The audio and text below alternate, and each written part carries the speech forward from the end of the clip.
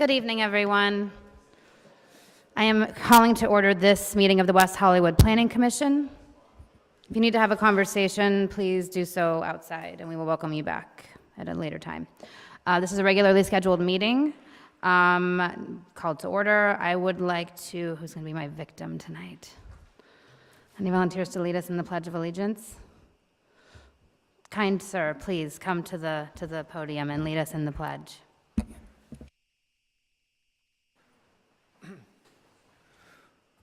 Put your right hands over your heart. Ready, begin. I pledge allegiance to the flag of the United States of America and to the republic for which it stands, one nation, under God, indivisible, with liberty and justice for all. Thank you. David, can you please do roll call for us? Good evening. Commissioner Hoopengarner, Present. Commissioner Buckner, Commissioner Bass, Here. Commissioner Elchel, Here. Vice Chair Carvalero, Here. Chair Jones, Here. and we have a quorum. Thank you. For item 4, which is approval of the agenda, I'd like to ask that we make a couple of changes. The first is to change the language on item 9A. This is our consent calendar item for the 8491 to 8499 Fountain Avenue El Palacio item. There's some language in here that's incorrect, so I'd like to read it out loud for the record. This should read, "The Planning Commission directed staff to return with a resolution to approve an appeal and overturn the Planning and Development Service Director's decision to revoke a certificate of appropriateness that allowed the parking garage to be restriped from 13 parking spaces to 18 parking spaces within the existing parking garage of an 18-unit apartment building located at 8491 to 8499 Fountain Avenue." The second is that I would like to move that we move up item 12A, that's our unfinished business. This is 7965 to 7985 Santa Monica Boulevard, the draft Environmental Impact Report, public comments, up to before our public hearings and after consent. I don't know if I have any. I'd second. Great. Any comments about that, or can we approve that, or vote to approve that as moved? Aye. Great. We can vote. And the agenda is approved as amended. Thank you. Item 5, approval of the minutes. We have verbatim minutes in our current planning packet for the meeting that transpired on September 20th, 2018. Staff has recommended that we continue the minutes, the approval of the minutes for the meeting that happened on October 4th. I'll second that. Moved by Commissioner Bass, seconded by Chair Jones. We do have one correction, though. Commissioner Hoopengarner, could you please read that? Great, thank you. Yes. Microphone. Page 20, row 8. I did not say reformed. I said, I'm assuming if you own the property because we formed for rent stabilization as a city, so. Confirmed. Take out the re. That would be corrected as amended. Thank you, Commissioner Hoopengarner. And I jumped the gun on that a little bit, so thank you for keeping me in line. All right, public comment, item 6. Do we have any public speakers, David? We have one. I guess I need to vote first, don't I? That's my bad.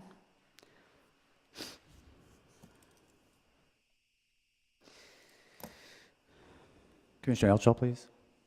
I voted abstain. I was not there. Okay, okay, and the minutes are approved as noted. Commissioner Elchel abstaining. Thank you. Item 6 is public comment. Do we have any public speakers, David? We have one public comment. Michael? Great, thank you. Again, please state your name and city of residence when you come to the podium.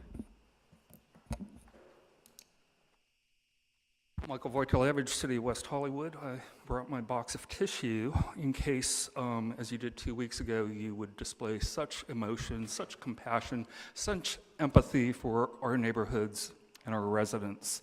Commissioner Hoopengarner, good to see you here, given that we're now 1 year without a community garden. First time ever that this city has been without a community garden. Perhaps you share the philosophy of Adam Bass when he was on Public Facility, where they did everything and anything to not have oversight on the garden, instead giving it to Human Services, where that group seems to only be concerned about incredibly preventable diseases that should have been taken care of right now. And at the same time that Adam was on public facilities, this is when the city was suffering the advent of the drought. And the city did very little to do due diligence to protect some of its most grand and sacred trees, one of which was the grand avocado in Plummer Park. And instead of attending to it, they ridiculed it by doing some god-awful public art that was called "The Tree is Weeping." Well, that tree was actually crying because it was so disgraced by such horrible public art. But, you know, I wish you all would have attended the Facilities Commission meeting last week, because Helen Collins said every tree is important in this city. And there is an importance to have a variety of trees, even if they're not indigenous. So Commissioner Carvalho, I would imagine, just as the redwoods on Spalding were not worthy to save, maybe the redwoods that encapsulate Lloyd Wright's Wayfarers Chapel should come down, because they too are not indigenous. And then lastly, as my time is ending, there's one question that I have of the chair. There was one person who spoke, and they alluded to things, one of which was that a quorum had not happened. And Commissioner Jones took issue with that. And yet, when one of the earlier speakers on Spalding said that this city needs housing, we have a housing shortage, I stand here before you because I do not know of one authenticated report that says we have a housing shortage. Actually, on the east side, we have 2.5 times more rental units than what council thought we were going to have 2 decades ago. And as far as affordable housing goes, if anyone wants one, the one that's 3 doors down from me that became empty a year ago when WHCHC left a resident for dead for a week, that unit is still open. And maybe that's because the smell of human decomposition still lingers within that unit. Thank you. Moving on to item 7, Director's Report.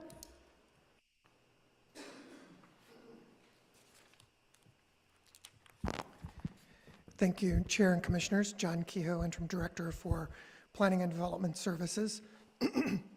Very short update tonight. One item on the City Council agenda on Monday night had to do with landlord-tenant cost sharing for mandatory earthquake retrofitting, and if you haven't heard, the City Council voted not to pass anything through to tenants. So the cost of retrofitting would be borne by the property owners as part of their ownership of the buildings.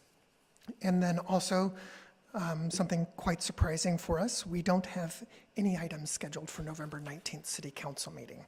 So there's nothing on the next council meeting for us. So that's all I have for tonight. Excellent. Thank you. Any questions from Commission? Thank you. Moving on to item 8, items from Commissioners. No? Well, I'm going to say something. I just found out right before the meeting began that David Agai's last meeting was actually our last meeting. I just want to publicly acknowledge his contributions to the commission. He had I think, an enviable kind of skill set insofar as, what we like to have here. He brought expertise that other people here don't have, myself included. He had background in development and the law, and he was incredible at building consensus, and he was really good at running meetings. So I just want to thank him for his service and acknowledge his contributions publicly. He will be very much missed, and we will be welcoming a new commissioner, I believe, at our next meeting. So that's all I have. Moving on to item 9A, which is consent. Again, this is 8491 to 8499 Fountain Avenue. I will move to approve this as it was read for the record when we approved the agenda. Oh. I have Commissioner Buckner motioning, seconded by Commissioner Bass.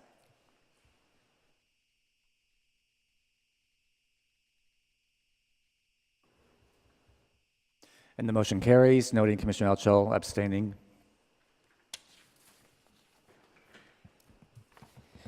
Thank you. All right, so again, if you came in after we approved the agenda, we are moving to item 12A. This was unfinished business, actually, from our last meeting. We had a number of, staff and the public and the applicant actually didn't get a chance to speak, so we're moving this up so that everybody can be heard tonight. Again, this is item 12A, 7965 to 7985 Santa Monica Boulevard, the draft environmental impact report, public comment. Before we get started, I'd like to call on the city attorney, actually. Can you just clarify for the record kind of the parameters? We haven't, at least for the time that I've been on commission, I know that we used to do this, but we haven't had one of these in quite some time. So can you just frame up for the record and for the public what the purpose of this is? Sure. This is a public hearing for public comments on the EIR for the French Market project.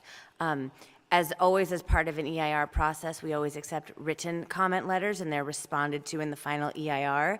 And the City Council just added another opportunity for public comment by letting public commenters and the Planning Commission come to a public meeting and put their comments on the record related to any topic in the environmental impact report for the project. And all of those comments, both written and verbal, will be responded to in writing in the final EIR document that is published later on when the project is closer to being reviewed by the Commission. So it's not about the merits of whether the project itself should be approved under the code, but we're really looking at the environmental impact report tonight. Great, thank you. And just to be clear, there will be no commission kind of debate or discussion about this item. This is really just an opportunity for staff to give a presentation and for the public to comment on the draft environmental impact report, correct? Great. And commissioners comment as well? And commissioners to comment. So with that, Jennifer, I will pass this over to you. Great, thank you. Good evening, commissioners. My name is Jennifer Alkire. I'm a senior planner here at the City of West Hollywood. And as you mentioned, this is the public comment meeting for the French Market project. We'll be asking for public comment and comments from the commissioners on the draft document.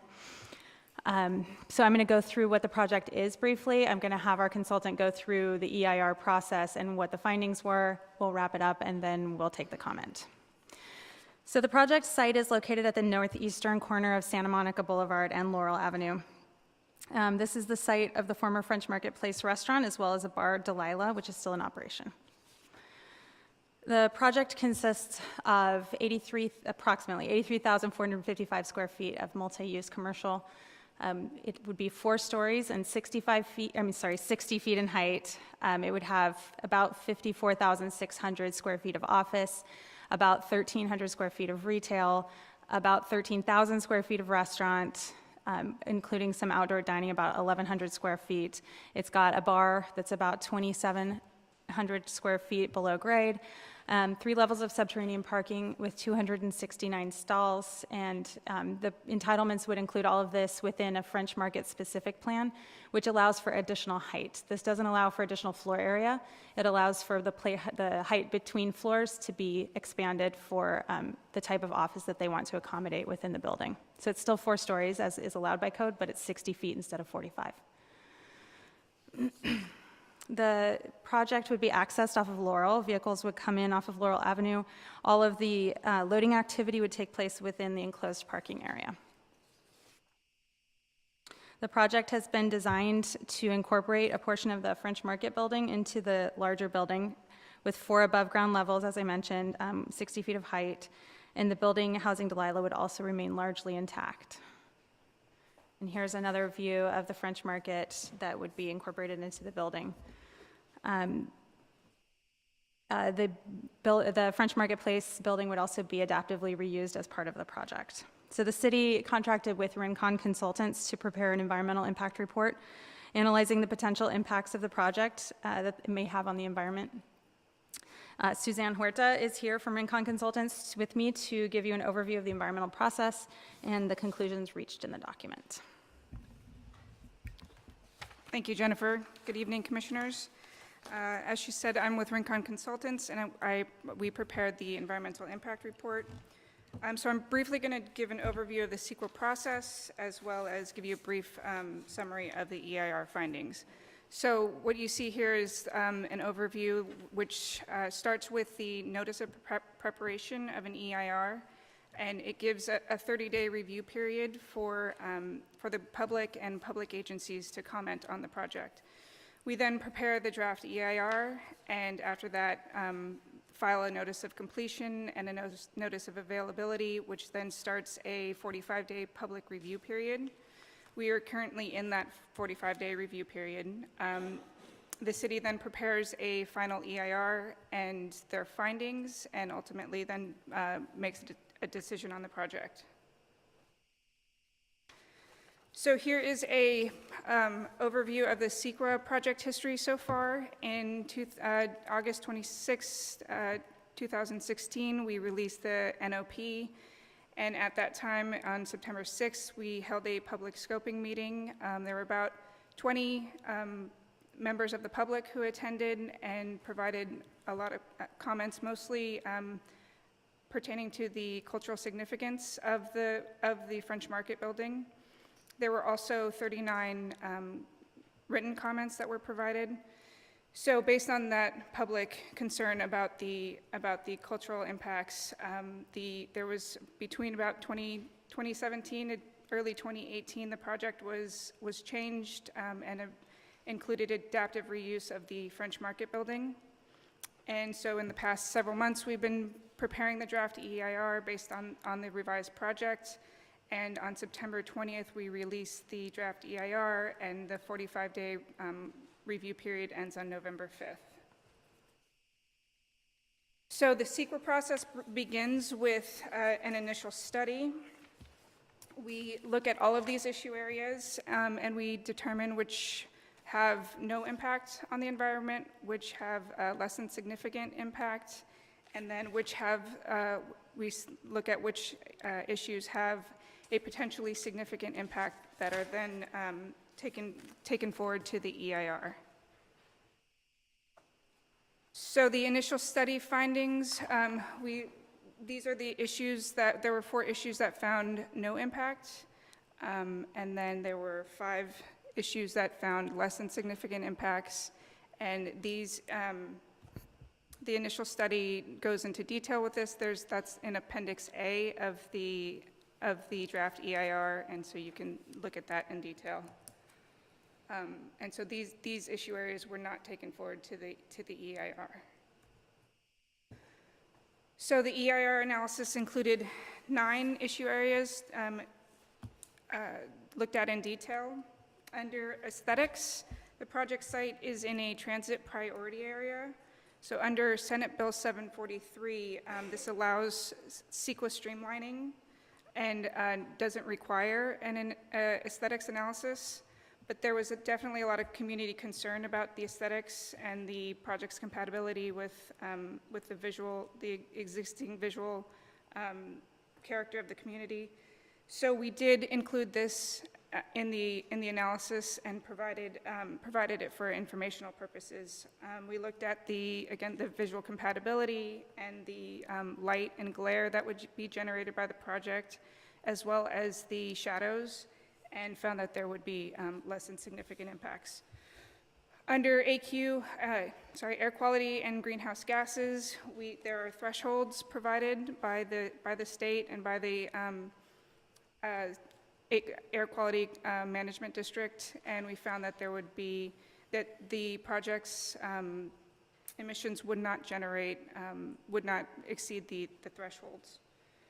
For land use, we looked at the compatibility with the existing land uses and found that there would be the project would generally be compatible, and that there would any potential conflicts with the existing zoning or with the zoning and land use designations would be less than significant.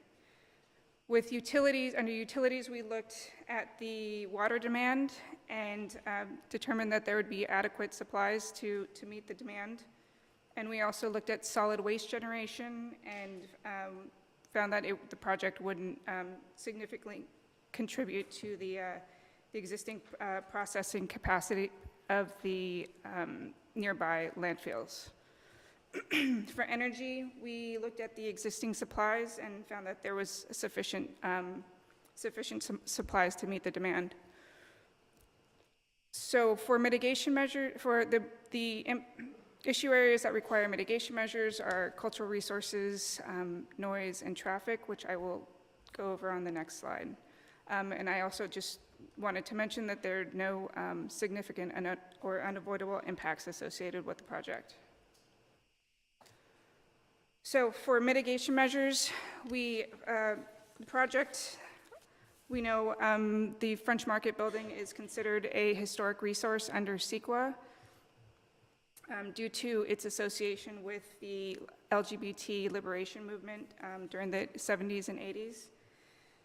So the plans under the adaptive reuse would comply with the Secretary of Interior standards, but in order to make sure that during the final design and construction period, in order to make sure that the project would not deviate from those plans, we included a measure to have an architectural historian oversee those phases. Cultural resources also looks at paleontological, archaeological, and tribal cultural resources. We found that so because of the 3 subterranean levels with that excavation, the mitigation measures require a archaeologist to be on site and to make sure that the requirements of the mitigation measures are carried forward if there are any unanticipated discoveries that any resources that are discovered. Under noise, there are 10 mitigation measures that would reduce potential impacts during construction. Just a couple examples are the applicant would have to provide a construction notice. Would make sure that one measure would make sure that the equipment would be maintained and there'd be mufflers on some of the louder equipment to make sure that they minimize construction noise. And also there would be a 30-foot sound barrier along the northern boundary of the site where it's closest to the residential units to the north. Under traffic, we found that the existing design of the driveway would need to go through a final review process to make sure that it complies with code, the existing code. And during construction, the measure requires a construction traffic management plan to minimize any the construction traffic impacts.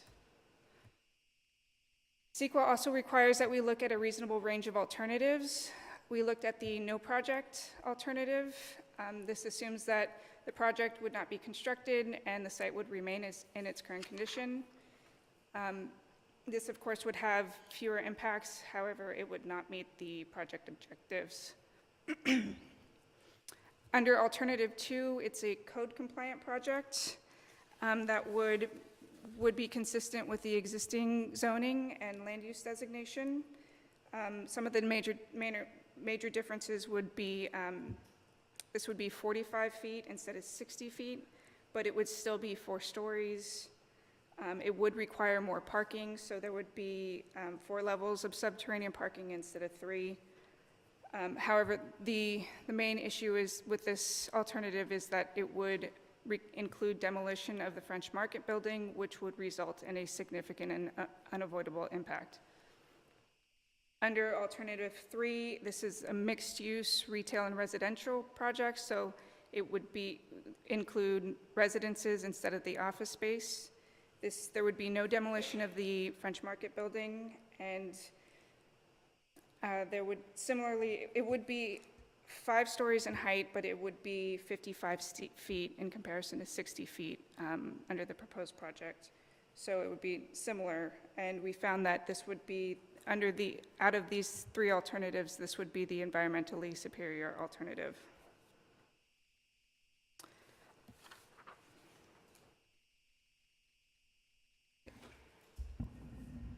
Thank you very much. So I'm just going to reiterate here. I know we talked about this a minute ago, but I just wanted to make sure that we're all clear. We're here to receive comments. We will respond to those comments in writing in the final EIR. This isn't the time when we would deliberate the merits of the project or talk about a recommendation from staff. All of the comments received tonight, also at the Historic Preservation Commission on Monday, the October 22nd, and anything that comes in before November 5th will be responded to in writing in the final EIR. The final EIR will be part of the packet that comes back to the HPC, Planning Commission, and City Council, ultimately, with a staff recommendation at that point. And so with that, I conclude my report. The applicant does not have a presentation tonight because we're just a comment hearing. So we're happy to provide any clarification that we can as needed, but again, the responses will come in the final EIR to any comments or major questions, and that'll all happen in writing. So with that, I'm here for questions. Lauren, do you advise that I given, commission an opportunity to ask questions of staff about the draft EIR, or should we move right into public comment? What do you recommend? Let's do the public comment first, Okay. and then we can take commission comments. And if there are minor clarifications that you need to help you process the document and give your comments, I think staff can respond to minor clarifications. The big picture items will be responded to in writing. Okay, great, thank you. We have two public speakers at this time, it looks like. We have Genevieve Morrill, followed by Michael Wikolevich.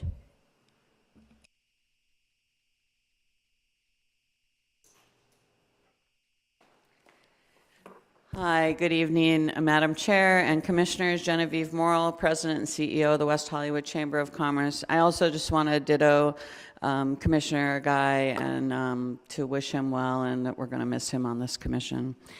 I wish that we had that presentation of the EIR at our Government Affairs Committee meeting because it was really wonderful, very thorough. We actually had Faring the developer, come back to GAC. We heard the project, and then we asked them to come back after the draft EIR was out before we made an endorsement for support, because we felt it was important to look at that. So we really do support the findings in the EIR, and that we look at this as a great project. Faring is really an expert at incorporating adaptive use, and some of these things that are really in our history and what we love to remember from years gone by. The project itself, French Market, was really not successful. We had several member businesses in there. They struggled for a long time. So it's great to see something come forward that we can really put our support behind and really be an asset to that area, that eastern side of Santa Monica Boulevard, to really start to infuse some economic development over there. So we hope that you will support the findings. Thank you.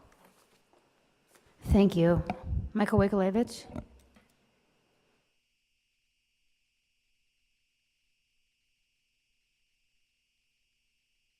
Good evening, Michael Wojtkiewicz, City of West Hollywood. I've never spoken out on this project before, and that's largely because I've always viewed the French Market as a rather quite architecturally insignificant building.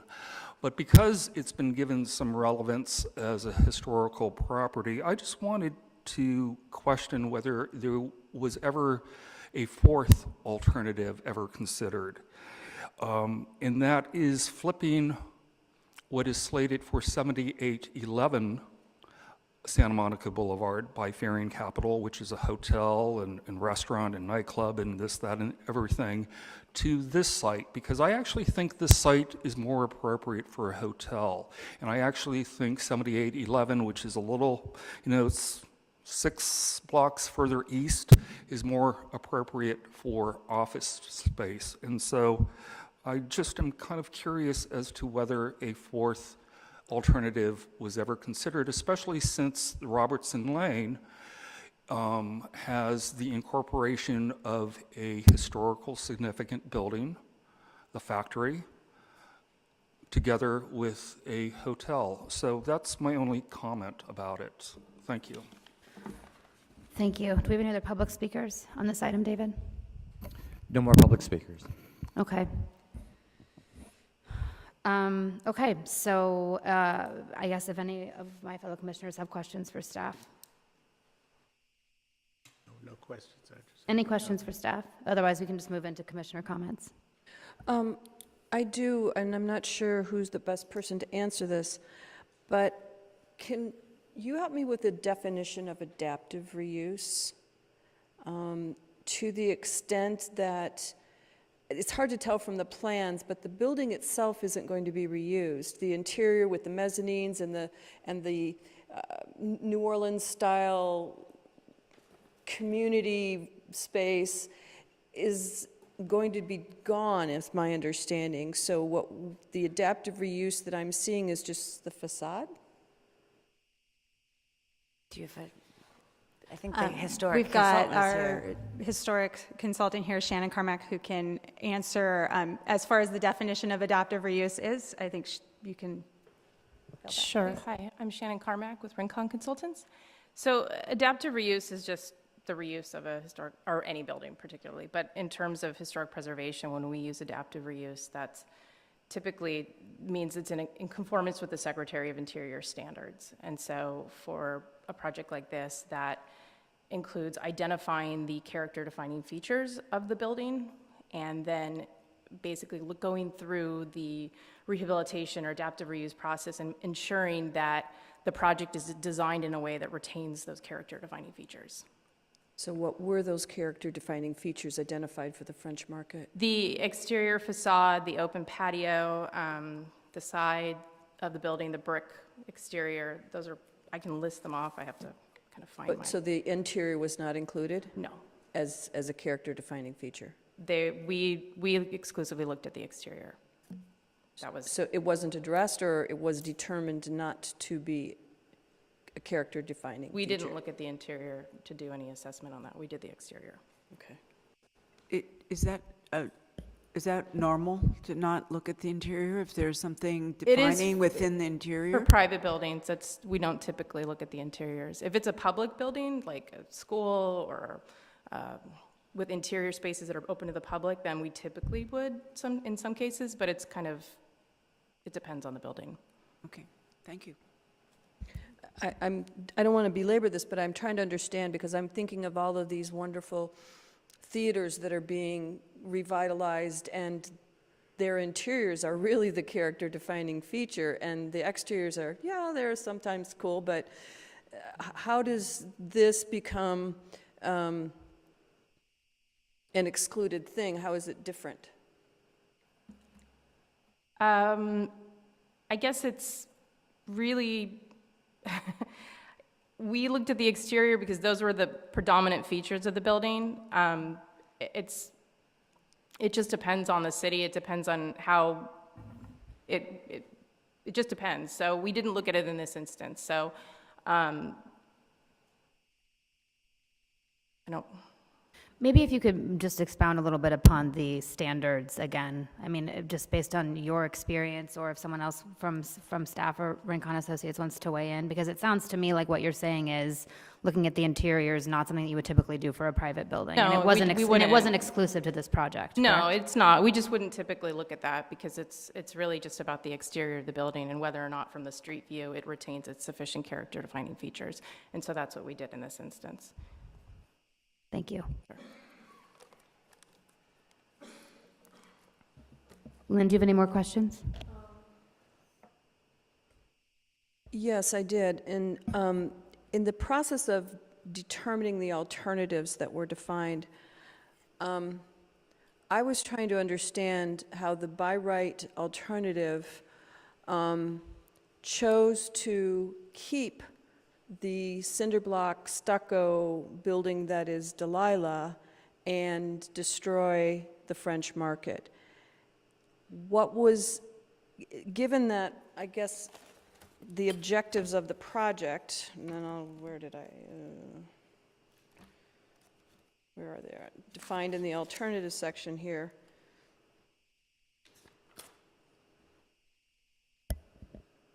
Item number 3, reuse and preserve the portions of the French Market, is one of the objectives in the definition of the review. why would the by right option be specifically designed to destroy the French market and keep Delilah? What I would suggest is that that is part of your comment and that we can respond to that in writing in the final. Okay, thank you. You have anything else, Commissioner Hubengarner? Comments, but no questions. Okay, any questions? Comment. We can move into comments. Commissioner Altschul. I think my main comment, in fact, only comment, is the ingress and egress all on a residential street. We've long had a policy that we don't encourage, in fact, we discourage ingress and egress to commercial properties and commercial businesses on residential streets. And I think this would put a tremendous burden on the residents of Laurel the way it's currently configured. Thank you. Commissioner Buckner? Well, the other option would be to have the egress on Santa Monica Boulevard, which would create more of a traffic issue. Well, they Especially in that area, it's pretty narrow. Santa Monica is real They narrow could down. cede certain square footage. In fact, they could make 1-2 lanes off of Santa Monica Boulevard to accommodate the traffic, to get it off the current. I thought that we were supposed to be commenting on the EIR, and those comments with regard to design and everything are not It's a necessary. comment That on the impacts EIR traffic. Because Traffic. ingress, egress, and traffic And traffic. is studied. Okay, Is studied. well, think about it. I just think it's complicated. We always have traffic issues in our city, and we do our best to mitigate them, and I think that there's an attempt here to find mitigation measures to ease up that issue, so we'll see what happens. Great. Any additional comments from my left side? Commissioner Caballero? I agree with Commissioner Altschul. I have issues with the entrance and departure from the site onto Laurel Avenue. I would recommend that we do, if we can, some sort of traffic study of Laurel from Sunset Boulevard to Santa Monica, so that we could further understand what the true impacts of this project will be, given the amount of traffic that travel up and down Laurel as a route to Hollywood Boulevard and Santa Monica. I also have issue with the height, the 60 feet versus 45. I think that site, it's too high for that site, and I think lowering the height will help the traffic issue.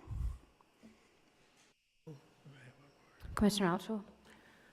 I agree with Commissioner Caballero about the height, and I also think that making a specific plan for something of this size is not appropriate. I think specific plans are for combining properties and for properties that are going to be built in stages or at some point in the future, not to get bonuses and concessions and immediate benefits on the construction of a large property.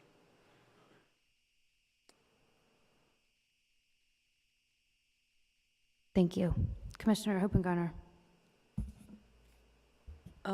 I would concur that we have always made a point of keeping commercial traffic off of residential streets, so I think we should certainly look at alternatives that would keep the traffic on the main arteries. There's definitely ways to do that. It's not necessarily a favorite way for developers because it requires allocating space in the parking area to immediately get vehicles off the street and into the parking area, which may require some more real estate being allocated for that purpose.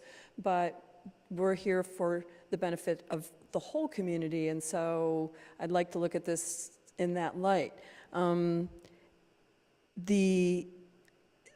would reiterate my comments about the interiors being, part of this whole New Orleans-style piece, and obviously we'll defer to HPC on this, historical preservation, but to me that seems incomplete to incorporate just the facade of the building as the adaptive reuse of the French Market.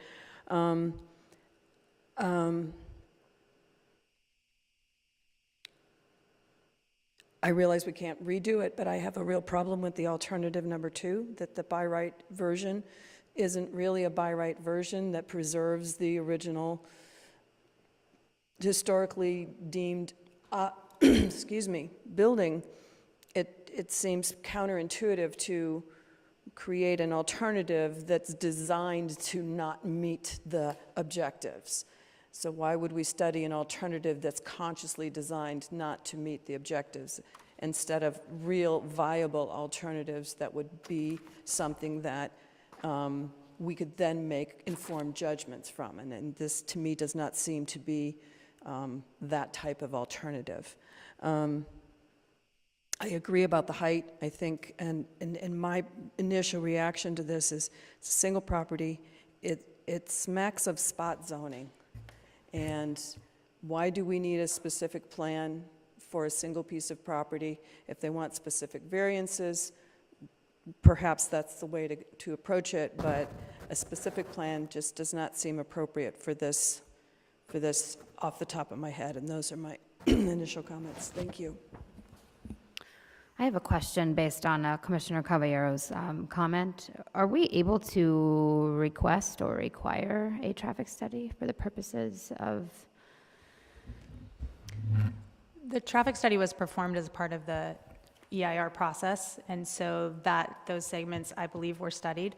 Right, so that made the determination about there not being any adverse impact, Yes, in quotes, as regards traffic impact in that neighborhood? yes. On that street, okay. I just wanted to clarify. But was the intersection that Commissioner Caballero asked about studied? I would have to defer to Bob Chung to let me know if that was included.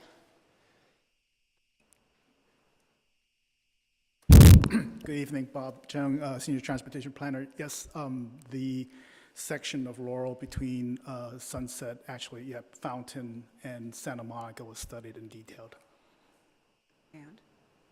And there was no impact. There was no significant impact identified.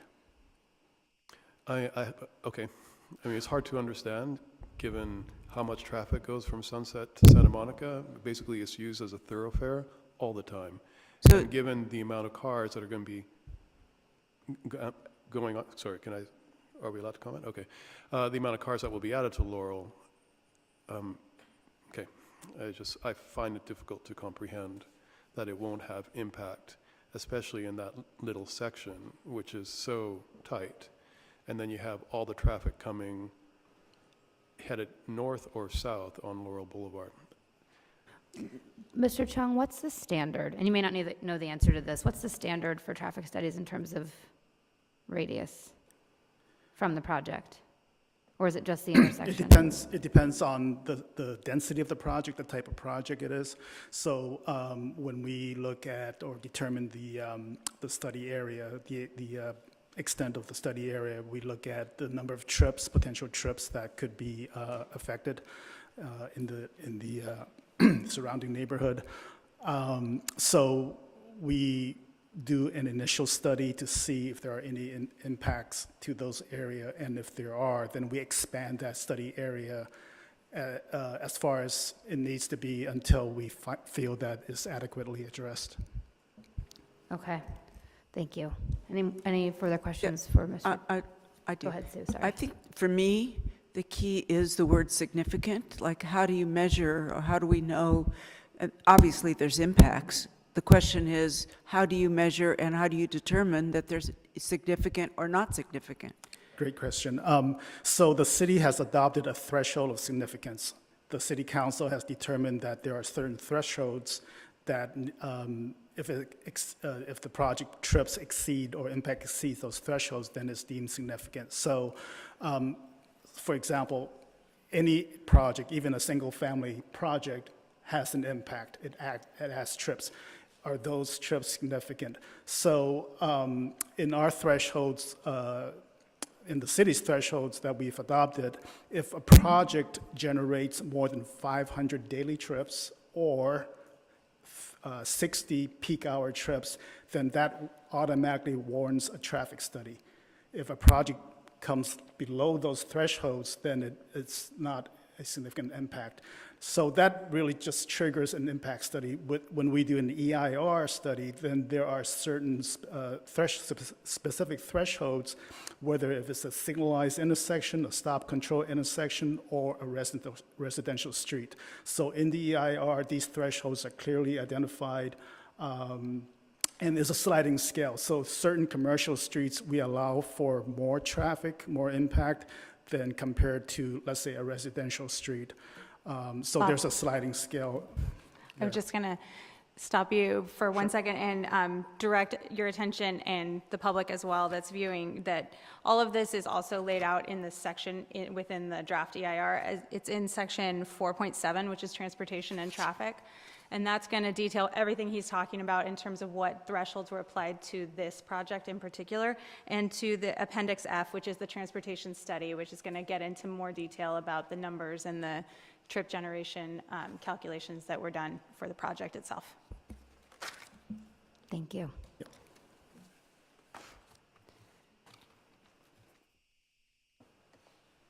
Any other comments? Okay, I'm in agreement with Commissioner Caballero. I'm just going to state for the record, there's no conflict because I live outside of the 500-foot radius, but I live on Laurel between Sunset and Fountain.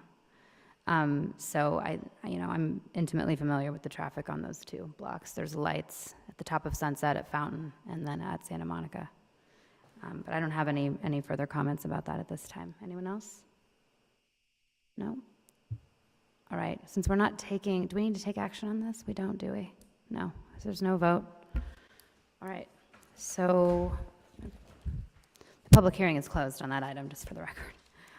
Okay, technically wasn't a public hearing, it was a comment hearing, but okay. Moving on to item 10A, zone text amendment for special event and temporary use permitting. And thank you, staff. Jennifer.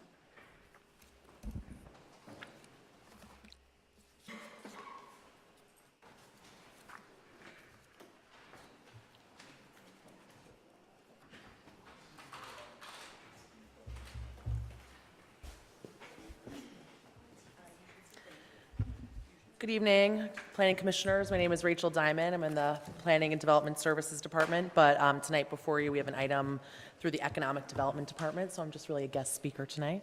Unfortunately, we had a technical difficulty, so we will not be looking at a PowerPoint, but I assure you the presentation is fairly brief. Tonight before you, you have a zone text amendment regarding special event permitting. Essentially, the City Council had directed staff to update their special event policies related to how we permit special events within the City of West Hollywood. And so a policy was adopted by the City Council, and this zone text amendment effectively updates the zoning ordinance to reflect that policy that is already in place, essentially. The first probably major change related to this zone text amendment is that special event permits and temporary use permits are all in one chapter and are kind of combined into one item in the zoning ordinance. So effectively, this zone text amendment would separate those two so that they're two separate chapters within the zoning ordinance to really clarify that they are two separate processes. So the changes to the temporary use permit requirements are essentially just removing the special event permit language, but there are no other substantial changes to temporary use permits within this zone text amendment. What then happens is the special event permitting goes into a new chapter, which is reflected in the ordinance. And one key item that occurs is the review authority is updated. So the Human Services Director was previously referenced numerous times. Instead, it's updated to the Economic Development Director, and it expands that director level oversight.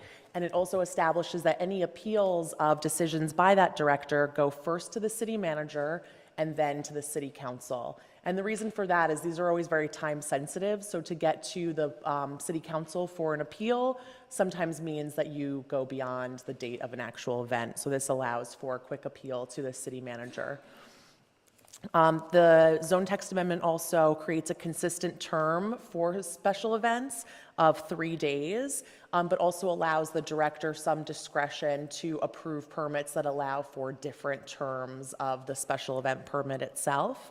Right now, the regulations have a variety of different terms, and this just really standardizes that to 3 days. And that's for the event itself. And in addition, you could have activation, the setup and the breakdown on either end of that can extend those days.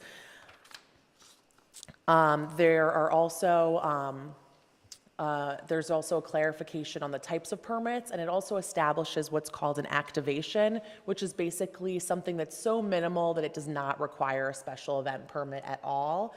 These are events that are typically within an existing building and may require something like an encroachment permit or a valet permit, but don't rise to the level of impact that would necessitate a special event permit. So this really separates those out. There is a process for them, but it is minimal based on that minimal impact to the community, if any. There are then 3 types of special event permits that are clarified in this regulation, including minor low impact, minor high impact, and major special events. And basically the dividing line among these 3 types is really based on the impacts that they have on the community. And then within these types of different types of permits, you would then have specific requirements for each of those types, with the minor low impact being a small amount of requirements up to major, such as Halloween, which is coming up, that would have a lot more requirements on the permit itself. And this really allows for more clarity to special event producers as well as city staff to understand what types of permits they are issuing and are required to apply for, and then also creates that expectation of what your requirements are in the future. With that, I'll open it up to any questions. We have a number of city staff here who are available as well from economic development. Thank you. Great, thank you, Rachel. Commissioner Altschul. With regard to the appeals to the city manager, does he hear all these appeals, or is there provision that he can designate somebody like an assistant city manager to hear these? He can designate a designee, essentially. Anybody so it could be wishes. it's typically the city manager, but they could have a designee for that appeal process. Any other questions for staff? Just one clarification. In long range, one of the points that we made in particular was about noticing to the residences proximate to said event. That we didn't see that incorporated in here because there are impacts for many of these special events on the neighboring properties. And as designed, there's no current notice. So you can be going to bed one evening and there's a huge party going on right next to your house and you had no idea that it was going to happen. And yet it's an approved special event. So did you have any plans to incorporate that in here?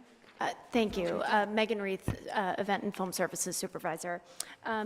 Actually, there is a notification requirement built into the zone text language here. In section 1955050D, public notice required. And those notification requirements, like many of the rules we've established, are based on impact. So there will be more significant notification requirements, the more significant impact connected to the event.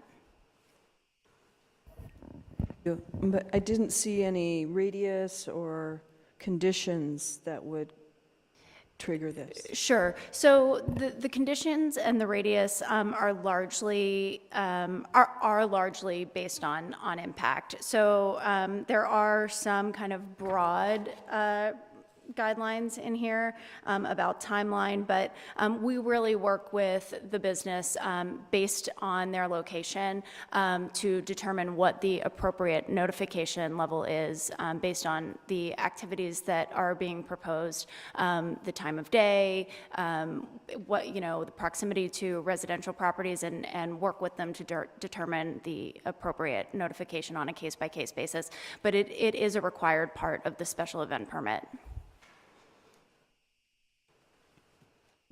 So it would be entirely staff's discretion as to what radius to notice and how to notice, et cetera?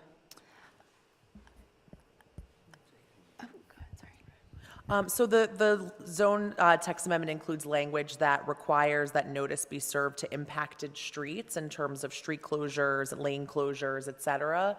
And then should there be a larger event that impacts wider than that, staff does have the discretion to require additional noticing. My concern is that this focuses on street closures, et cetera. It doesn't focus on noise. And speaking as someone who's been Sure. impacted at O'Dark O'Clock by special events, Sure. And so to answer your question, yes, it is largely discretionary. But just to give you some context, in 2017, we issued 377 special event permits. And we are pretty well versed in which businesses have sound issues and which don't. And we've increasingly been working with the businesses preemptively to mitigate any noise concerns that may arise. There are certain events where we may say, you know, if this is your proposal, then we'd like you to get signatures or, you know, proof of service to this particular radius. So it does change event to event, but it is a standard requirement. And we're able to sort of customize the requirement based on either that particular property's history or the event history of other properties in the neighborhood and their proximity to residents and businesses. thank you. Any other questions for staff? No. Anything else from staff? Okay, great, thank you. All right, we're going to move into the, yeah, I know. I'm going to open up the public comment portion of the hearing. I believe we have, at least at this time, as it appears on my screen, one speaker, Genevieve Morrill.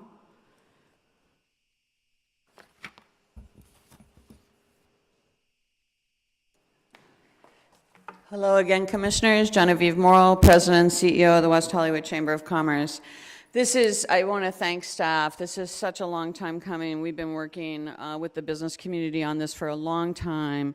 And the whole point of this is that they're low impact events. This is a wine and cheese reception. This is a restaurant promotion. This is a retail extra hour for a shop late on a night.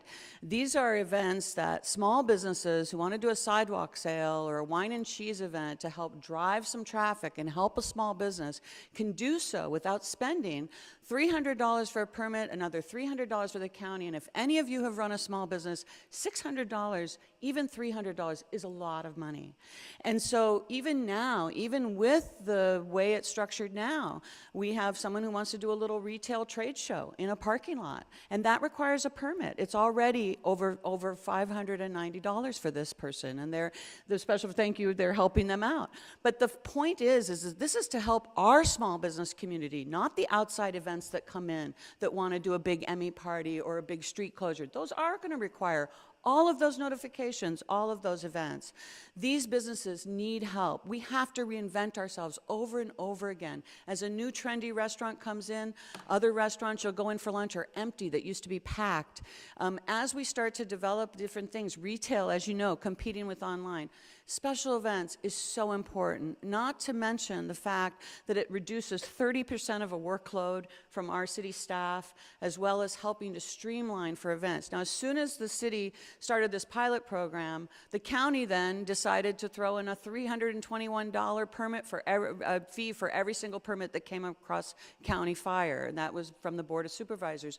So as we're trying to address city issues to help small businesses, we have other agencies that then slap on fees. And so we really are trying to help these small businesses. This is really about them, not the outside business, big events that come in from the entertainment industry. This is really helping those small businesses to have a small promotion, a sidewalk sale. Sidewalk sale is probably going to bring in $300, and then they have to spend the $300 for the permit. So it really doesn't make sense to go to the effort of bringing in labor to try to do that promotion for the community. So we really hope that you'll support this. We really have been working hard to try to get get something like this. The whole restructure as well in the division makes sense. Social services, well, there was so much different misinformation that went to businesses from special events because different divisions were doing it rather than in the special events division and economic development. So we really think it's in the right place now. We think we're on the right track, and we just really want to thank staff for all their hard work on this. Thank you. Thank you. Any other public speakers, David? No. Great, thank you. I'm going to go ahead and close the public hearing then, and we will move into discussion and deliberation. Who would like to go first? Commissioner Buckner. Okay, thank you. Thank you, Genevieve. That was very helpful to hear your comments and your support of the zone text amendment, and that you believe that it's going to be helpful to our small businesses. So I appreciate that, and I think that there's been a lot of effort in our city to streamline a lot of our issues and things that affect our homeowners and also our businesses. So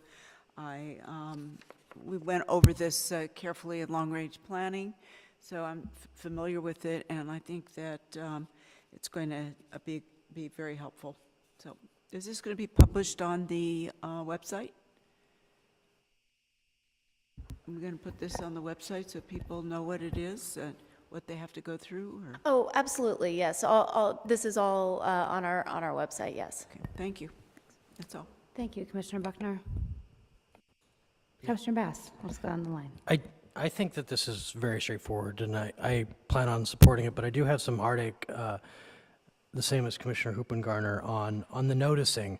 I just don't like that it's kind of completely up to discretion. We don't have some boundaries there. And the reason for that is I feel like somebody who's, although I have a lot of trust in our staff, somebody who learns how to work the systems know that they can push back a little bit on these things. And I'm also concerned about in lieu of mailing, the applicant may hand deliver the notices. You know, I'm told every time there's filming on my street that there's been a notice. I've lived there 8 years and never received a notice that there's been filming on my street. And every single time it happens, the city says that we were noticed. And they say that it was done by hand. And so whenever it's done by hand, in a building, we don't have a call box. You have to have a key to get into the building. You can't let the folks in our building know. I'm really concerned about the in lieu of mailing, the applicant may hand deliver notices language here. I would like to strike that entirely and require them to mail. I don't know how the rest of you feel. That wouldn't prevent me from supporting a recommendation on this, but I have strong feelings about the hand notice because of that personal experience. And I really would like some boundaries in there just so that there was a fine line that you just can't cross this point. You have to notice at least this far, at least this soon, sort of thing. Commissioner Bass, to clarify, do you have a recommendation at what threshold you'd want things to be noticed? I don't, because I do think that different levels of events require different levels of noticing, but I think that there should be, I would lean on staff of what an absolute minimum could be, and maybe we adopt that. And maybe we tie it to the 3 levels of what are Right, they? that was my thought. Steph, Yeah. do you want to weigh in? I was just going to share some information on our current processes that we don't intend on changing because they seem to have worked in most cases. But for the lowest level of special event permit, we require a 500-foot notification. So it's a 500-foot radius currently. For the lowest? For the lowest, and Okay. and that's a baseline. We know that there are properties that no matter how responsibly they manage the event, they're going to have sound issues, or they're susceptible to sound issues just because of their proximity to either other businesses or residences. And so in those cases, we do work with them to customize it to make sure that they kind of have done their due diligence when they or we anticipate impact that exceeds what would be the normal. Knowing that there's a minimum of 500, that makes me very comfortable on that. I still have heartache about the hand notice, and this goes to the city council debated this same sort of an issue on Monday night when it came to requiring residents to get petition signatures for improvements they want to make on their street, like speed bumps. The debate at the city council and what we heard in public hearing, I was at the meeting, and what folks were talking about is when they're trying to gather signatures from their neighbors, not being able to access these buildings. Well, if you can't access a building of your neighbor, imagine a complete stranger trying to access that building. Maybe they're more inventive because it's what they do for a living, but I know when I did the permit parking on my street, I literally had to stand at the driveway of these buildings and try to wave people down as they were pulling in to try to get their signatures because I couldn't access them. And these are people I talked to on the street. So the hand delivery is now my only objection now that we have the 500-foot minimum. That seems to work for me. So to be clear, you're requesting that we add a mailed notice? Well, strike the hand notice. I don't like, It already says mail notice. And I was going to, can staff weigh in on, I wanted to clarify on this point because it's important, and especially as pertains to small business community in terms of costs. So do you have? And perhaps the way we do this is we require proof that they actually were able to access the buildings, and for those buildings they can't access, and it would be very quick that we could figure out what buildings they couldn't access that require mailing. But again, this is not a big enough hang up for me not to support this, but I do think there's a problem with that. I think another reason why hand noticing is sort of a reasonable alternative to mailing is because of the timelines that we work in. For our larger events that, have large street closures that do impact truly everyone, we do require a mailed notice within, so many weeks out. A lot of the events held at businesses come to us within a short period of time, and so and we accept those applications within a pretty narrow window, and so sometimes the quickest and truly only option for them to reach everyone as required is through mail. Sometimes we'll have them reach out to a neighborhood's email address to let them know. We sometimes we'll encourage them to go door to door and report back based on the property location. We've done that in the past. This particular property, you need X number of signatures from this street, that kind of thing. So we do customize our notification requirements, but because of the timeframes of our permit application window, there is some restriction there on being able to use the mail. But with buildings and blocks that have a lot of locked buildings, how do we hand notice something like that? Like, how do you hold them accountable to do locked buildings? It's a great point. I don't know. I know that people have told us that they've slipped something under the door, that they've asked somebody walking in, like, can you tape this up? But Because I'm with you. I think that we should allow hand delivery if it actually gets to folks. Right. But hand delivery in lieu of mailing when no one actually ends up seeing it is no notice at all. And that's the hang up I have. And can you clarify something? You just said post the notice in the building. That to me does not constitute hand delivery. Hand delivery to me says you put a notice under my door, or handed it to me knocking on the door. I know of a number of buildings where there isn't necessarily a place to post things, and you don't necessarily look at that. So I know if I'm coming home late at night and I wouldn't look at a posting on the wall. I'm going to go home, go to bed. I guess related to that, then my question here was, in your language, you have, in lieu of mailing, the applicant may hand deliver the notices and provide proof of service to the review authority. So what does that proof of service constitute? And is it, do I, upon receiving a handout of the notice, sign a log that says I got it? I mean, what does that constitute? So as I mentioned, in certain circumstances, we have required signatures. And again, it really is a lot of times discretionary based on what we anticipate the impact to be based on the event and event elements that are being proposed. Another obstacle to requiring a mailing is the cost of mailing. It's obviously a very dense city, and mailings are very expensive. Some of these measures have been implemented to reduce costs to businesses, and the cost of a mailing would far exceed permit costs. Could you ballpark that for us? I'm not holding you to this number. I just, in terms of the average cost of a mailing, can you give us an idea? I know the cost to do a citywide mailing. I think, Rachel, did you have? I can speak to when the city requires that a mailer go out for example, Planning Commission. The city 500 charges feet. about, I believe it's around $1,100 for the initial mailing fees. Right, so $1,100, so that's almost twice what people would already be paying for the actual permit, correct? For the application for the event, correct? That's right, and again, this is an estimate, but we get most of our permit applications, I would say, within 10 days of the event.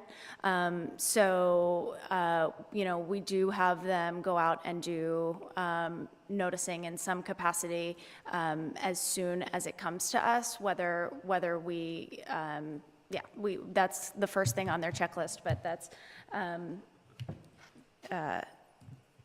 but that is that's our standard, like, okay, you need to get out and start your noticing process. But when we're looking at mail, it just sort of doesn't align with the timelines that we're accustomed to receiving applications and processing them. We can look into some innovative web-based email opt-ins or notification options as kind of as maybe a middle ground here. I think that the direct mail is sort of time and cost prohibitive based on the way and the volume that we're receiving these applications. That's really helpful. Thank you, Lynn. I want to let you continue questions if you have any for staff or comments. I think that's really the bulk of my questions, and I know we're going to be asked to vote on this and submit this to council, and I'm in favor of it. I mean, I think it is breaking it up is a great idea into the two sections, and B, we do want to encourage our city to be vibrant and to have events and to do things, but in a way that, again, I'm about the win-win. Let's, keep it livable for those who live here, as well as making this possible and economically viable. So I don't want to layer an onerous piece of bureaucracy on this, but I do want to make sure that the community is informed and how best to do that. And I think back to maybe tying it to the low impact, high and major.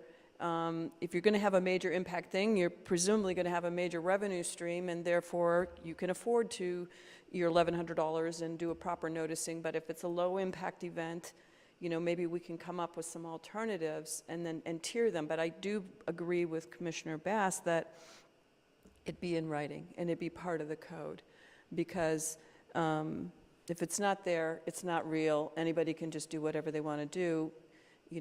People win lotteries and leave, and we have new staff who don't understand the intent of what we've all talked about. That's long gone. The only thing that survives is the code. Any other comments, Commissioner Caballero? Commissioner Buckner? No, I call my motion that we approve this. Yeah. I'm prepared to support this as is. I do very much respect Commissioner Hoopengartner and Commissioner Bass's comments about noticing, especially for people who live in places where they are privy to higher kind of volume of events. But I think without any, we've heard a few, projects, and there have been some check-ins on certain projects in the city that have had some noise issues as relates to like special event permits, but I would say that I defer to staff on this in terms of using your discretion. I think staff is well aware, especially in our department, the Community Development Department, possibly to be renamed later this evening, that you kind of know what the pain points are and where people are likely to be impacted most by noise. So I'm prepared to support as is. Unless there's any further comment on this, I'm prepared to call the question.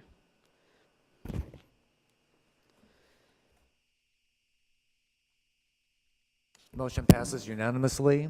This is a recommendation to City Council. There is no appeal process.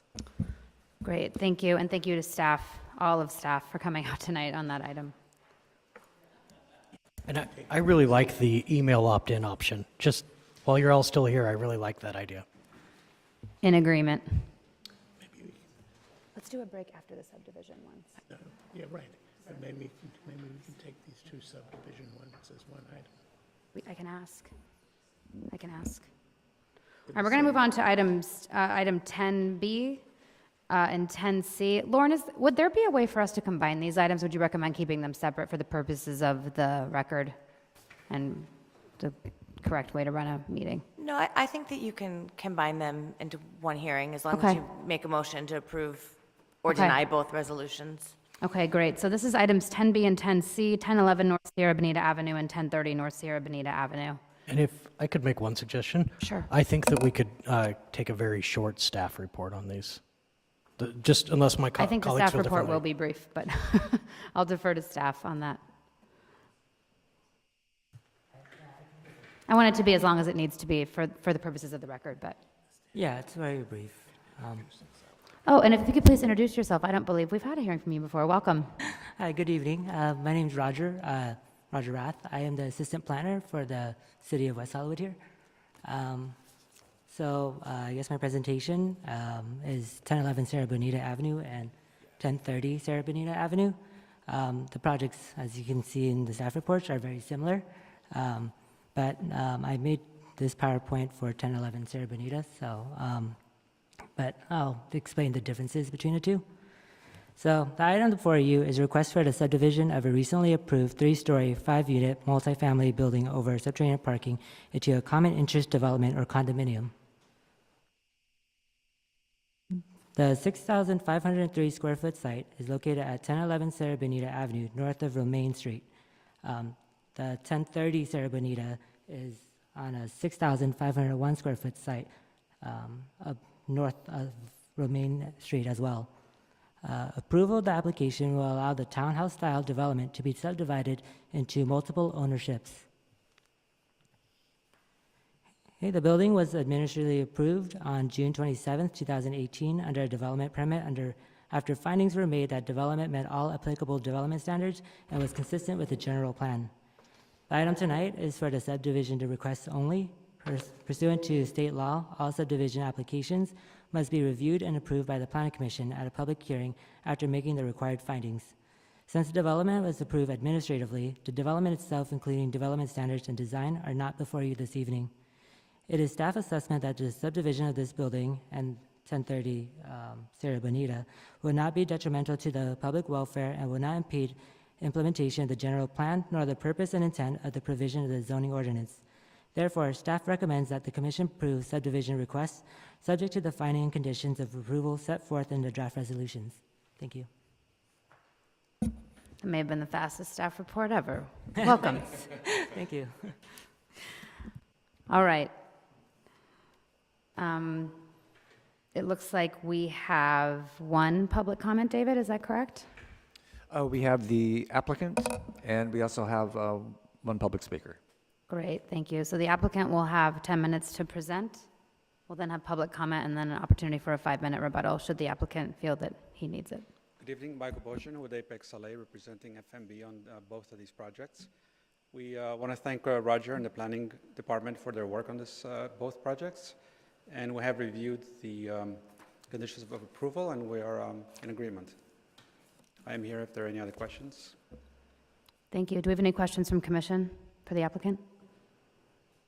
You're off the hook. Thank you. Thank you. Jeffrey Buck.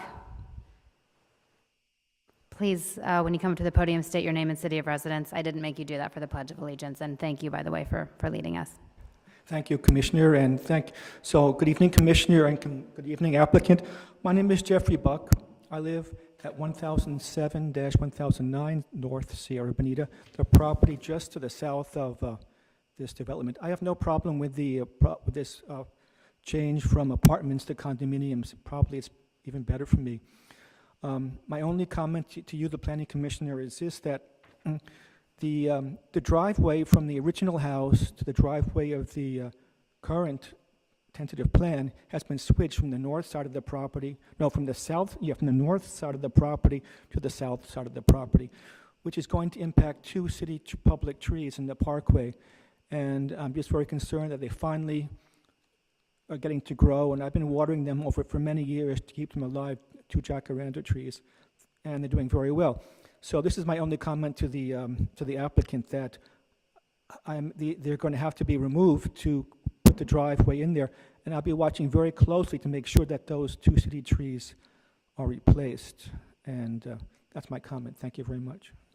Thank you. Just so you're aware, I'll just say this, just so you're aware, so for the purposes of our meeting this evening and for the purposes of the vote that we will make, we are only allowed to entertain, make our decision essentially based on the actual application for the subdivision map. I understand that. Thank you. But very much. I certainly don't want to, underplay. I very much appreciate you coming out tonight, but I just want to be clear about And that. I could just hope that I could talk to the applicant for a few moments too. That's all. Thank you very much. Thank you very much. Would the applicant like to rebut? Michael Bojan with Apex LA. I do recall this as coming up during the development process, development application process. And I don't recall exactly what the resolution was, but I know we did find an agreement with the landscape architect and the city. And I will talk to Mr. Buck shortly, reassure him that I believe the reason why we had to move the driveway was because of the closeness we had with the other property. Couldn't have two driveways side by side. It would have been a lot more difficult. Thank you. We do encourage you to talk to the resident. I will. Thank you. Thank you very much. All right, I'm going to close I'll keep the public hearing open actually, but close the public comment portion. All right, we can begin deliberation. Does anybody have any comments? No. I'm prepared to move both 1011 and 1030 North Sierra Bonita Avenue staff reports. I will second that. And we can call the question.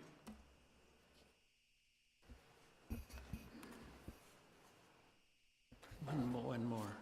Commissioner Buckner, please. Oh, I thought I did. I saw you push it. Thank you. I did push it. Didn't happen. And the motion passes unanimously. Great, thank you. Do we want to take a quick break? We're going to take a quick 5-minute break before our next couple of items. Thank you. I'm gonna go get some chips, even though I don't want them. We've gone through a lot.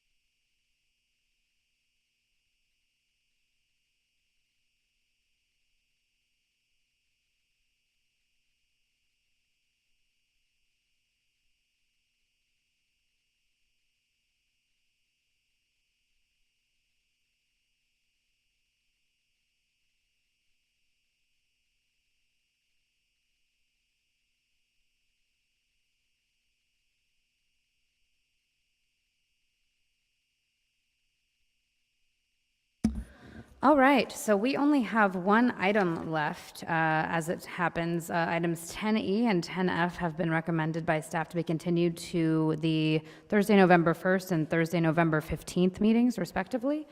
This is item 10D, a ZTA for streamlining review of commercial projects under 30,000 square feet. And we will hear a presentation from Jerry Hittleman. Thank you, Chair and Commissioners. Jerry Hittleman, Contract Planner. And the item before you is streamlining review of commercial projects under 30,000 square feet. This is before you because of a council directive last year in October, actually a year ago, to allow streamlined director review of development permits for commercial projects under 30,000 square feet. If there's no conditional use permit or variance and it's less than 150 parking spaces. Now, this is a similar review process that is used in the Sunset specific plan area. Since 2014, we did a little study and found that there were 13 commercial projects that were under 10,000 square feet, so that's the predominance of projects city's seeing. 3 commercial projects were between 10,000 and 30,000, and 2 actually required variances or conditional use permits, which then kicks it up to the Planning Commission level. One in the Sunset specific plan area had no variance or CUP, so that one was approved administratively. That's not to say we can predict what's going to happen in the future. We might see more projects between 10 and 30,000, but a little hard to predict at this point. Current zoning ordinance just says that commercial projects under 10,000 square feet are director approval, less than 49 parking spaces, no CUP or variance. Commercial projects over 10,000 come directly to you, the Planning Commission. And as specified before, the Sunset specific plan, there can be director approval of projects under 30,000 square feet. In the proposed zone text amendment, we are requiring a neighborhood meeting is required for commercial projects between 10 and 30,000 square feet. It must be conducted within 60 days of submission of a complete application. Director referral, the director can refer any project directly to you in accordance with section 19.40.020. And this is incorrectly referenced in the resolution as 19.44030. So if you do choose to recommend approval to the council, we'd ask you to read this into the record at that time. Director may again refer any request to the Planning Commission. There's no additional fee to the applicant. So next steps are Planning Commission comments and recommendations to the council, and then council adoption. Thank you. Great, thank you. Questions to Commissioner Altschul? Mr. Hittleman, so you're saying within the last 4 years, you've had 16 projects, 10,000 square feet or under, and 3 over 10,000 square feet. Of the two of the 3 requested a variance or a CUP, and 1 was under the Sunset specific plan. So that's 1 would come under this new arrangement, possibly, or none. Yeah, So actually this- none, because Sunset specific plan allows Yes. director approval.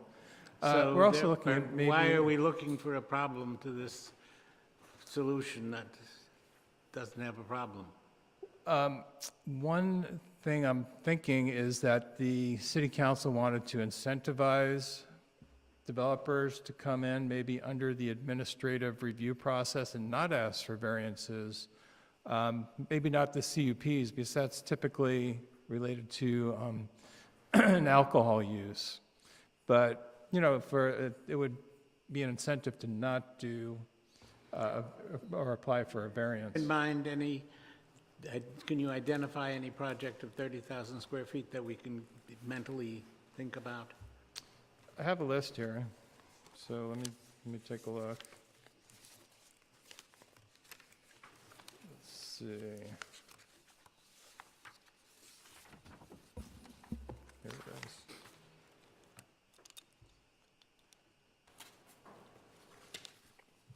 So we had a number of projects that were, again, under 10,000. You're looking for the ones between 10 and 30,000. I'm looking for a 30,000 square foot project that we can put our arms around and say, oh, that's what it looks like.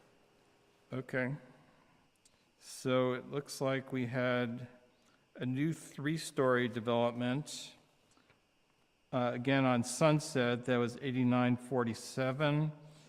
And then we had one at San Vicente, rehab of a 4-story addition. And that was at 837 San Vicente Boulevard. Also, there was a new Chevron station with a convenience store at 1107 La Cienega Boulevard. So I don't know if any of you are familiar with those projects. That's 30,000 square feet? That was 23,000. So that's the closest we're getting. There were none right at 30,000, so it's hard to give you an example. So basically what we're doing is from 10,001 square feet to 30,000 square feet, we're taking the right of the public participation away. There would still be a neighborhood meeting, and then there would be a hearing at the director level, and that could be appealed to the Planning Commission or referred by the director to the Planning Commission as well. So there's a lot of different options we're looking at. But of the 16 that have been processed in the last 4 years, none of those would apply. That's correct. Thank you. Yeah, that would have come to the Planning Commission, that's right. Thank you. Commissioner Hoopengarner? So my understanding from reading the council's directive was that that is precisely the problem, that we aren't getting projects that fit into this area because of the review process, and that it was council's intention to incentivize by right projects with no variances that fit into our existing general plan and zoning guidelines to be expedited, whereas those that don't wish to do that would still follow the normal course of process. And this would just increase that a little bit. And I guess, you know, to prove the negative that, well, there weren't, because I did the same math. I said, well, wait a minute, there's only 3 projects in 4 years that fell into that arena. But then that I think proves the point of, well, wait a minute, how many would have happened if there was a more streamlined process? Right. That's correct. Additional questions? I think we sort of raised the same issue in long-range planning. We questioned, why are we doing this? And I think sometimes council gives direction because they think that it's an issue, but if staff investigates and it's not, then we don't necessarily have to have a zone text amendment. If it's not really going to fix anything, that there's no problem. So I don't know what to say. Agree. I think it sometimes happens that one council person wants to investigate something and they all go along with it, and here we are with the solution in search of a problem again. Yeah. Again, we're at council direction, as Commissioner Hoopengarner said, it could prove to be an incentive. This is just a snapshot. We could have gone back 8 years and done a study of that, but under the new Track It system, it was easy to do a 4-year time period. But it's highly speculative. We don't know that there's been any real issue. I mean, have there been complaints by developers saying we would be happier or we would bring a project in if we knew we didn't have to go through all that, you know, stuff that the city puts us through? We're not aware of any complaints, no. So I guess, you know, I'm all for incentivizing by right projects. I think tonight's EIR hearing was an example of something that could have been done by right and wasn't. And, you know, a by right project would be smaller, would fit into the community, would be what we envisioned in our general plan. And so I think the issue here is, how can we incentivize people to stick to the by right conditions in the general plan and in the zoning. Does this achieve that? I think it's a by guess or by golly, given that there's only been 3 in 4 years, you know. The fact that that's being delayed by the planning process, I find very difficult to understand. I think in our long-range planning, I think the question I even asked at the time was, have we looked at the entire process and found where the bottlenecks were? If the assertion is that it's a 2 to 3 month delay because of going through planning, is it truly because it's going through planning, or is there some other bottleneck that could be addressed? And does this, in fact, address the issue at hand? That said, I mean, given the nominal number, I'm sort of inclined to say yes on this because it would incentivize those smaller by right projects and disincentivize in some ways the bigger, hey, give me all these variances kinds of projects because you could expedite.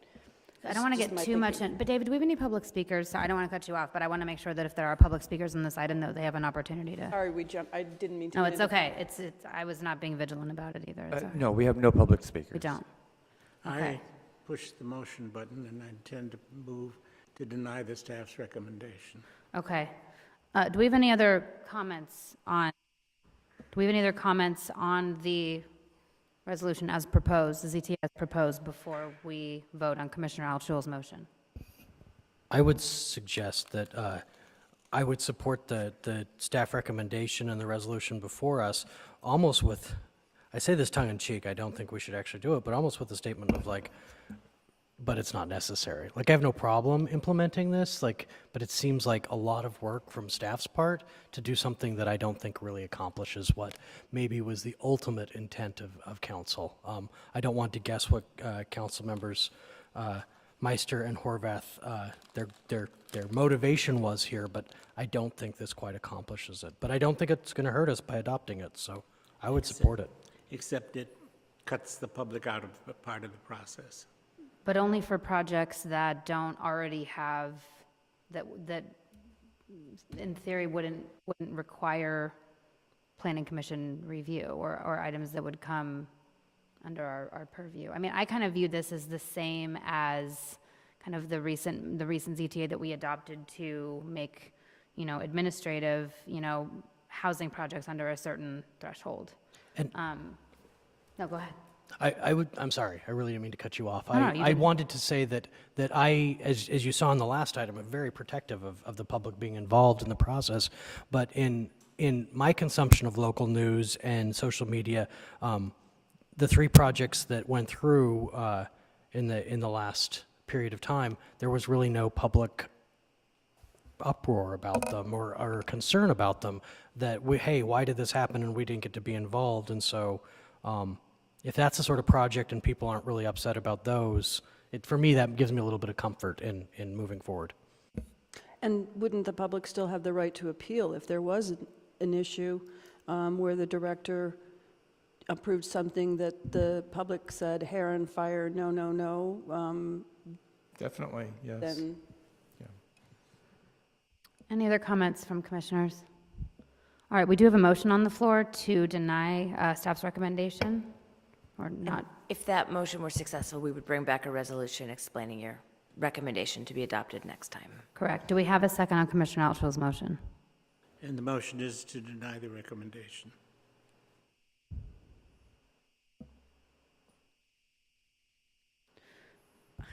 I sort of feel like Commissioner Bass, that it's no harm, no foul kind of thing. So, and I know you guys did a lot of work on it, so hate to just say, it's not going to hurt anything, so why not move it on? My thought. Okay, I would see that there's no support for the motion, so I withdraw the motion. But I don't know what pushed, somebody pushed the button. We're going to test this out, Rogerio. I'm going to withdraw. Can you see your second now? All right, we're going to call the question.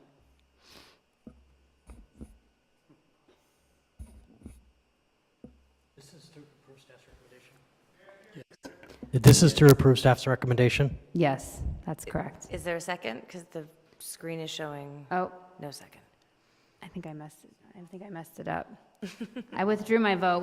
There was some debate earlier apologies, everyone. There was some debate earlier as to whether Commissioner Cavaliero's screen was working correctly. So I withdrew my second and wanted to make it, the monitor is haunted. It's that time of the year.